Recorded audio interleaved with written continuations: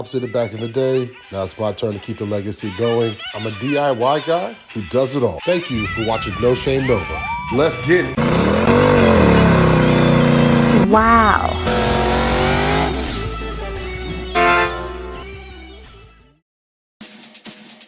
Part 2 of getting ready to get this thing painted. First off, wax and grease remover is a must. It doesn't matter at what stage really that you're working on a vehicle. Using some wax and grease remover is always going to be beneficial, and it's going to help get any grease or anything off of the surface of the vehicle. Makes things awesome.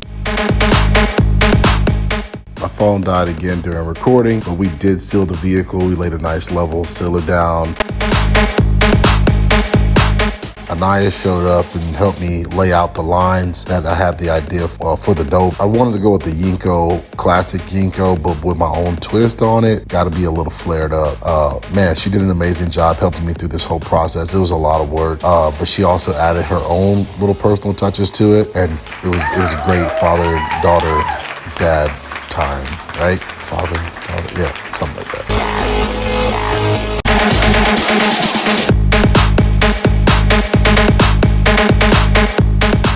We started on the passenger side of the vehicle, got kind of the idea laid out, fine-tuned it, then slowly worked our way onto the hood because as we were talking together, we were really kind of spitballing and throwing our ideas at each other on how we should do this edge or this turn or this twist or this flip or whatever you want to call it, right?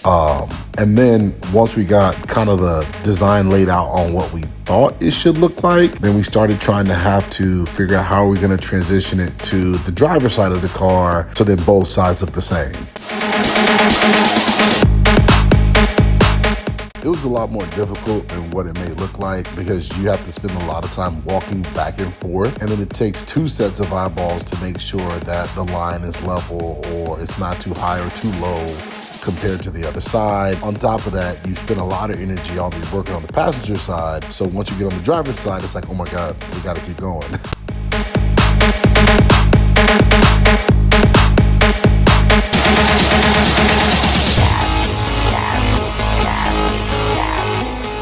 You would think that it would have been a little easier since you've already done one side. We got this thing measured out and we did get it knocked out, but it was a lot of back and forth.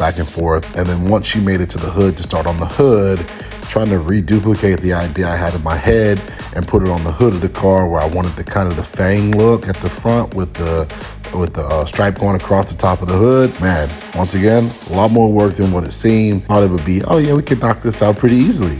Hell no, but it did get done.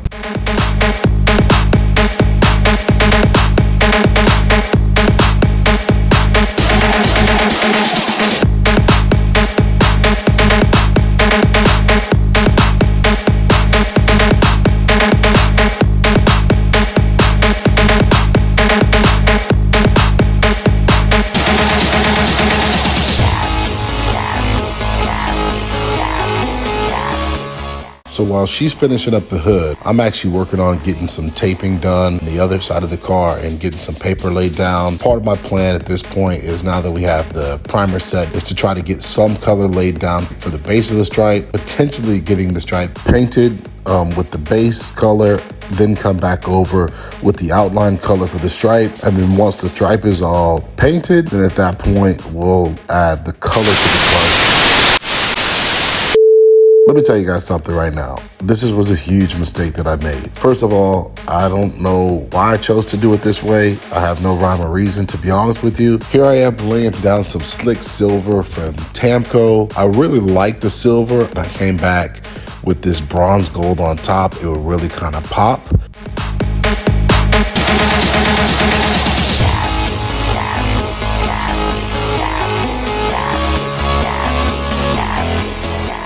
And then I decided to back tape it so we could paint the car. So for the color on the car, I chose a white pearl as my base, or like a pure white color. And then after I've got the whole car sprayed with that, I'll come back and I'm gonna add my pearl on top. The pearl is really thick, it's really heavy, vibrant. You can already start to see as I'm laying the pearl there, you can see the color already beginning to change. Really love this color. It's kind of, you'll see it on Lexuses or certain Toyotas or some of the high-end BMW. It was just something that, I like the color, so I decided that's what I wanted to do.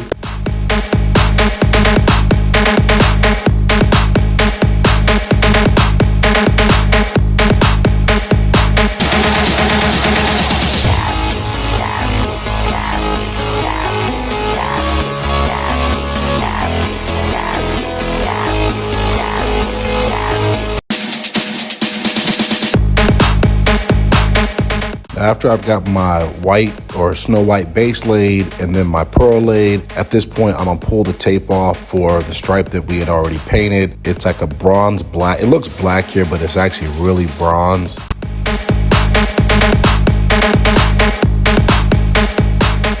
Final step is to begin adding my clear. So this right here, this is the most important phase of it all, right? You wanna have that glass look.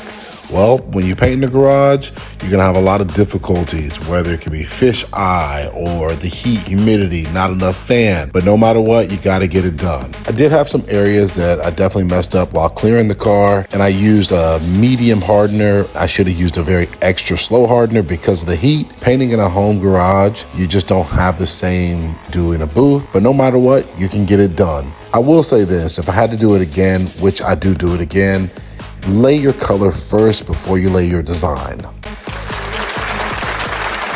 Part 3 coming, the redo.